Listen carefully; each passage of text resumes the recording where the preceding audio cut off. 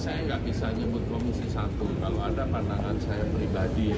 Karena kalau pro dan kontra itu are everywhere. Pro dan kontra itu ada di negara yang demokratis. Kalau saya jelasin dulu, saya belum tahu tujuannya, tapi kalau tujuannya untuk yang baik pasti kita dukung.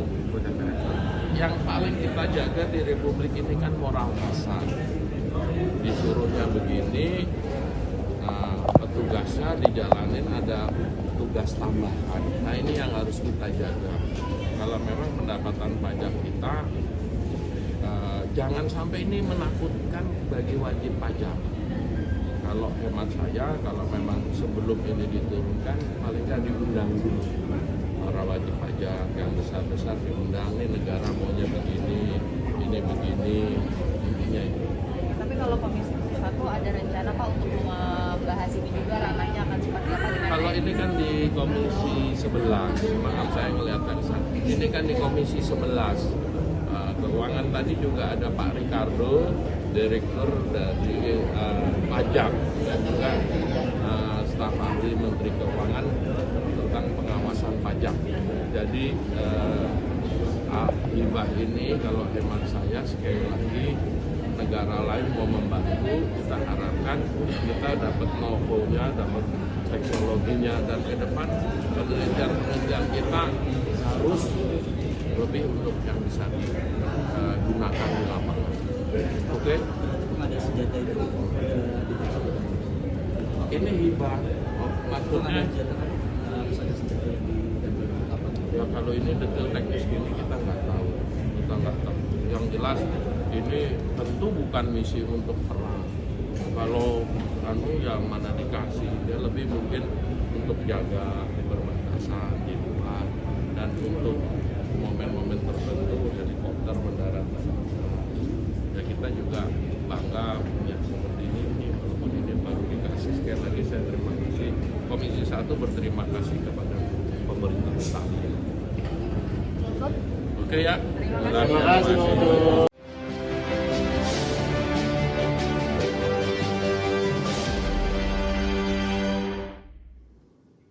Pemirsa, masih di IDS Transaction Closing, dan sebelum kita lanjutkan perbincangan, kita akan coba lihat terlebih dahulu 4 saham pilihan yang direkomendasikan, dan lagi-lagi keputusan investasi tetap ada di tangan pemirsa IDS Channel. Langsung saja kita akan coba lihat grafis di layar televisi Anda pemirsa, 4 saham pilihan yang direkomendasikan. Yang pertama ada Bull, direkomendasikan buy on weakness, supportnya di 340, resisten hingga ke 410. Kemudian Antam lebih ke arah trading buy, 2950 supportnya, resisten hingga ke 3090.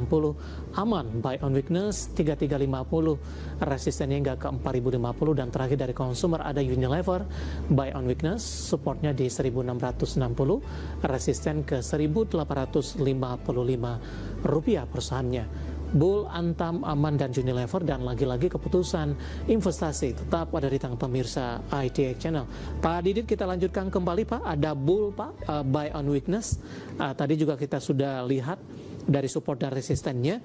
Di penutupan sesi kedua hari ini, Pak Didit, untuk Bull melesat di atas 7% Pak, di 388. Intraday hari ini sempat ke 390. Ada dari sisi perubahan tidak Pak, level buy on weakness untuk Bull di tengah laju penguatan signifikan di sepanjang hari ini? Oke, baik. Kalau kita lihat memang pergerakan bull ini masih berada pada fase uptrend dalam jangka pendeknya. Namun demikian kami melihat mulai ada keterbatasan penguatan ya dari pergerakan bull sendiri. Meskipun hari ini volume belinya mendominasi cukup besar ya, di mana sudah break dari volume MA20-nya seperti itu. MACD-nya ini juga masih berada di area positif, nampaknya akan diikuti juga oleh stokastiknya yang cenderung menguat di area overbought-nya. Nanti apabila bull mampu break ya dari 410 sebagai area resistennya, maka nanti dapat dijadikan sebagai area target terdekatnya 434 sampai ke 476. Nah, karena kami melihat untuk bull sendiri masih akan ada potensi keterbatasan ya dalam jangka pendek untuk menguat dan rawan terkoreksi terlebih dahulu. Jadi dapat dimanfaatkan untuk potensi koreksi ini sebagai area buy on weakness-nya. Kira-kira di 350 sampai ke area 380 terlebih dahulu, begitu. Baik, penutupan hari ini di 388, rebound signifikan di 7,18%. Dalam sepekan juga sudah mengalami penguatan yang cukup tinggi. 410 target price selanjutnya di 430, kemudian buy on support karena laju dalam jangka pendek terbatas ke 350 hingga ke 380. Dan lagi-lagi keputusan investasi tetap ada di tangan pemirsa IDX Channel. Kita beralih ke saham selanjutnya, ada Antam trading buy. Supportnya saya ulangi 2950 hingga ke 3090. Nah, kita akan coba update posisi penutupan di sesi kedua hari ini. Untuk Antam tampaknya ditutup di zona merah pemirsa, melemah 2,28% di level 3000. Intraday tadi sempat ke 2990 pelemahannya. Analisis untuk Antam di tengah laju pelemahan hari ini, Pak Didit. Oke, baik. Kalau kita lihat memang hari ini Antam ditutup terkoreksi ya. Namun dalam jangka menengahnya kalau kita lihat dari awal bulan Juli kemarin, ini pergerakan Antam masih berada di fase uptrend dalam jangka pendeknya. Dan kita lihat pergerakan Antam pun juga masih mampu berada di atas MA20. Namun kecenderungannya pergerakan Antam ini relatif menyempit. Nampaknya squeezing dan membentuk adanya pola triangle ke depannya. Sehingga kami rekomendasikan untuk trading buy ya, dengan supportnya di level 2950 dan resistennya di 3090. Karena melihat dari sisi pergerakan MACD masih berpeluang untuk menguat di area positifnya, namun kecenderungan stokastik nampaknya sudah membentuk adanya dead cross di area overbought. Nanti cermati supportnya di 2950 selama masih mampu berada di atas area tersebut. Antam akan menguji level 3090 dan apabila break, cermati nanti di 3120 sampai 3190 sebagai target penguatan terdekat berikutnya. Begitu Mas David. Baik, dalam jangka menengah Pak, secara year to date, Antam sudah mengalami koreksi yang cukup dalam. Bagaimana Anda melihat laju pembalikan arah sudah kembali ke level 3.000-an kembali setelah mengalami koreksi yang cukup dalam ke 2.500-an Pak? Oke, kalau kami melihat nampaknya dengan adanya pembalikan arah ini ya dari awal Juni kemarin, ini nampaknya akan menutup atau menguji area gap-nya dulu di area 3.310 sampai 3.360, sekaligus menguji di klaster MA20 dan 60-nya secara weekly. Apabila nanti mampu break dari situ, nampaknya Antam berpeluang paling tidak menguji di area 3.700. Begitu Mas David. Baik, penutupan hari ini di 3.000 dan lagi-lagi keputusan investasi tetap ada di tangan pemirsa IDX Channel. Selanjutnya kita beralih ke saham pilihan yang ketiga, ada Aman. Buy on weakness tadi 3.350, resisten hingga ke 4.050. Range pergerakannya cukup lebar pemirsa, dan di penutupan perdagangan di sesi kedua hari ini Aman ditutup menguat di 1,78%. Sempat tertekan tadi 3890, kemudian laju penguatan terbatas intraday hari ini ke 4060. Sementara tadi Aman resistennya ke 4050 Pak awalnya. Apakah ada terjadi perubahan dari sisi target Pak dengan pembalikan arah saham Aman jelang penutupan tadi? Oke, baik. Kalau kita lihat memang dari pergerakan Aman sendiri ini masih cenderung uptrend. Namun kami belum untuk mengubah target ataupun resisten terlebih dahulu karena belum sanggup break secara valid atau body candle-nya break dari level resistennya yang berada di 4050. Dengan demikian kami tetap untuk merekomendasikan buy on weakness dari si Aman sendiri, di mana 3.350 menjadi supportnya karena kami melihat dari sisi volumenya yang masih cenderung tipis begitu ya. Yeah. Kemudian dari stokastiknya yang sudah berada di area overbought dan sudah relatif menyempit, nampaknya rawan terjadinya dead cross terlebih dahulu. Jadi buy on weakness, supportnya di 3.350. Apabila nanti mampu break dari 4.050 sebagai area resistennya, maka kami melihat untuk pergerakan Aman akan menguji cukup lebar nanti di levelnya 4.320 sampai ke 4.600 sebagai best case skenario-nya. Begitu Mas David. Baik, level tadi 4.060 konsisten stay di atas level tersebut karena hari ini sudah menyentuh Pak di 4.060 untuk Aman. Baik, tapi kalau kita lihat ya itu hanya membentuk adanya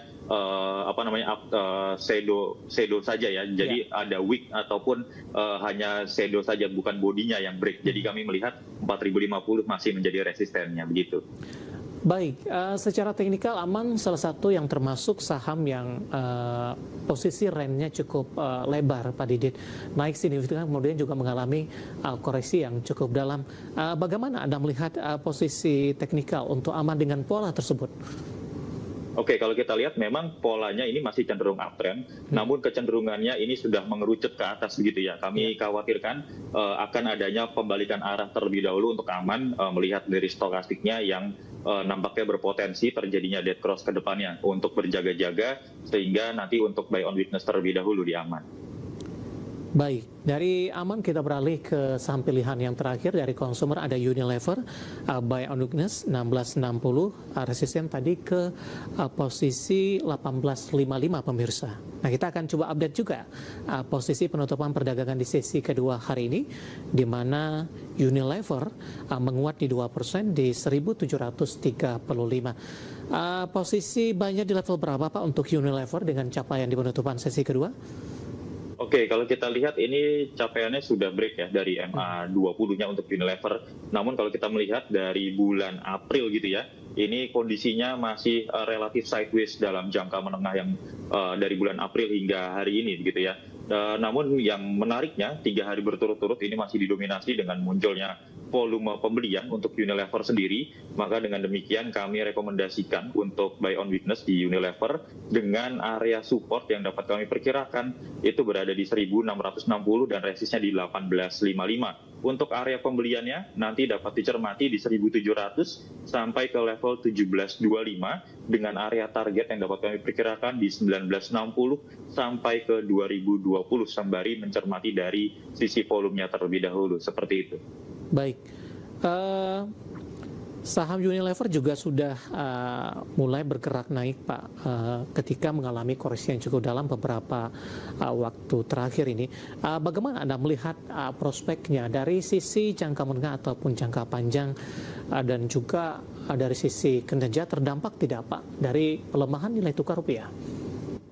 Ya, kalau kita lihat ya dari sisi fundamentalnya sendiri, tentu saja nilai tukar rupiah cukup sedikit banyak terdampak untuk Unilever sendiri mempengaruhi dari sisi kinerjanya. Namun yang kita cermati di sini, di mana memang dari pergerakan Unilever sendiri yang cukup dalam, ini di tahun 2017 hingga di tahun 2025, ini pergerakannya masih relatif downtrend. Dan kami melihat pergerakan selanjutnya hingga saat ini, pergerakan Unilever mencoba untuk rebound terlebih dahulu, paling tidak untuk menguji di area-area terdekatnya ya, di mana area terdekatnya yang seperti kami katakan tadi di level 1855 sebagai area resisten yang cukup kuat dalam jangka menengahnya. Apabila nanti mampu break, maka untuk Unilever ke 1960 sampai 2020 sebagai target terdekatnya, paling tidak nanti untuk penguatan dalam jangka pendeknya terlebih dahulu. Seperti itu Mas David. Baik, saham pilihan yang direkomendasikan pemirsa ada Bull, Antam, Aman dan juga Unilever.